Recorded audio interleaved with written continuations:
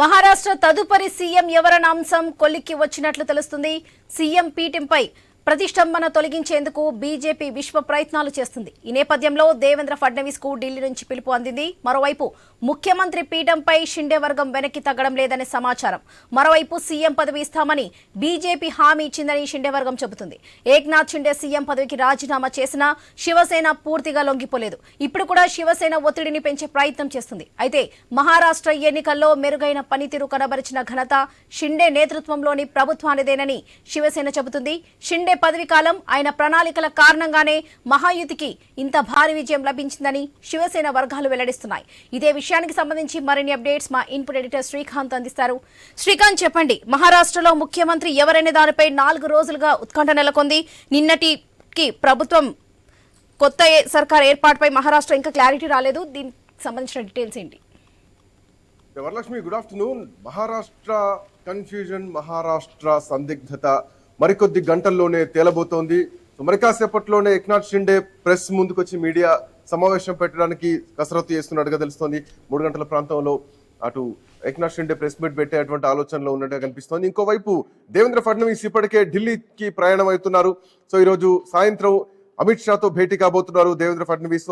Bharatiya Janata party మొత్తం కూడా దేవేంద్ర ఫడ్నవీస్ ని ముఖ్యమంత్రి చేయడానికి లైన్ క్లియరెన్స్ మాత్రం చేస్తుంది, స్పష్టంగా కనిపిస్తోంది. ఇట్లాంటి నేపథ్యంలో షిండేను బుజ్జగించేటువంటి ప్రయత్నం చేస్తున్నారు. సో దాంట్లో భాగంగా షిండేను కేంద్రంలోకి రమ్మని, కేంద్ర ప్రభుత్వంలోకి రమ్మని కూడా ఆహ్వానం పంపుతున్నట్టుగా కొంత సమాచారం అందుతోంది. ఒకవేళ అట్లాంటి పరిస్థితి వస్తే గనక షిండేను కేంద్రంలోకి తీసుకుంటే తన వర్గానికి చెందినటువంటి వాళ్లకు ఉప ముఖ్యమంత్రి పదవి ఇవ్వాలి అన్నట్టుగా కూడా షిండే కొన్ని డిమాండ్స్ కూడా పెట్టినట్టుగా తెలుస్తోంది.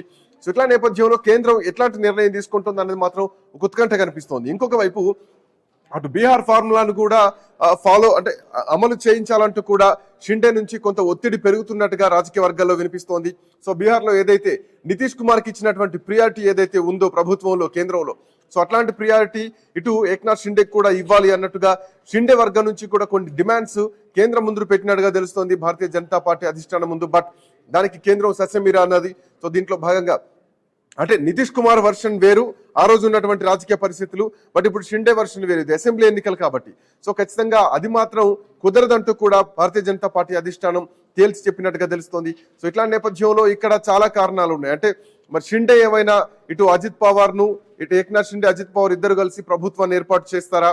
అటు ఉద్ధవ్ ఠాక్రే నుంచి గెలిచినటువంటి వాళ్ళను, ఇటు శరద్ పవార్ నుంచి గెలిచినటువంటి ఎమ్మెల్యేలను, వీళ్ళందరినీ కలుపుకొని ప్రభుత్వాన్ని ఏర్పాటు చేస్తారా అన్నది కూడా ఒక సందిగ్ధమైనటువంటి, అంటే అఫ్ కోర్స్ రాజకీయాల్లో ఏమైనా జరగచ్చు. సో అందుకోసం ఏమైనా వెయిట్ చేస్తున్నారా? ఏక్నాథ్ షిండే అట్లాంటి వ్యూహంలో ఏమైనా ఉన్నారా అన్నటువంటి ప్రశ్నలు కూడా తలెత్తుతున్నాయి.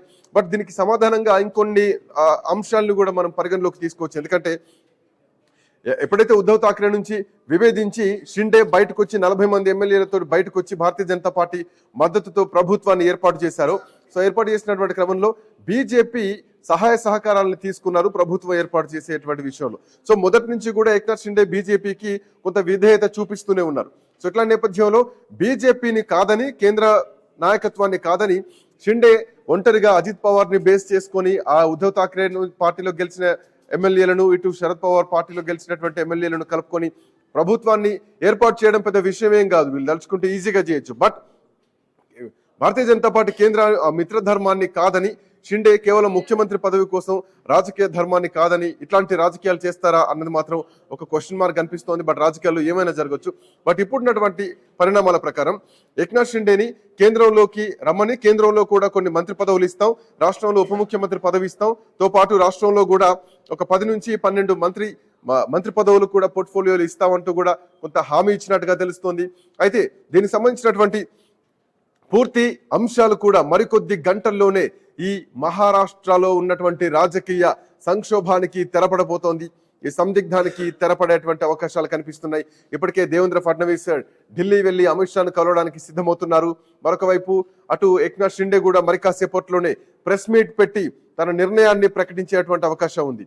సో అమిత్ షా కూడా కొంత వ్యూహాత్మకంగానే ముందుకెళ్తున్నారు. సో ఇట్లా నేపథ్యంలో నిన్నటికి మహారాష్ట్ర ప్రభుత్వం అంటే ఆ పదవీ కాలం పూర్తయినటువంటి, ప్రభుత్వ కాల పరిమితి పూర్తయినటువంటి క్రమంలో నిన్న ముఖ్యమంత్రిగా ఏక్నాథ్ షిండే గాని, దేవేంద్ర ఫడ్నవీస్ గాని, అజిత్ పవార్ గాని ముగ్గురు కూడా తమ పదవులకు రాజీనామా చేసి ప్రస్తుతానికి ఆపద్ధర్మ ముఖ్యమంత్రిగా ఏక్నాథ్ షిండే కొనసాగుతున్నారు.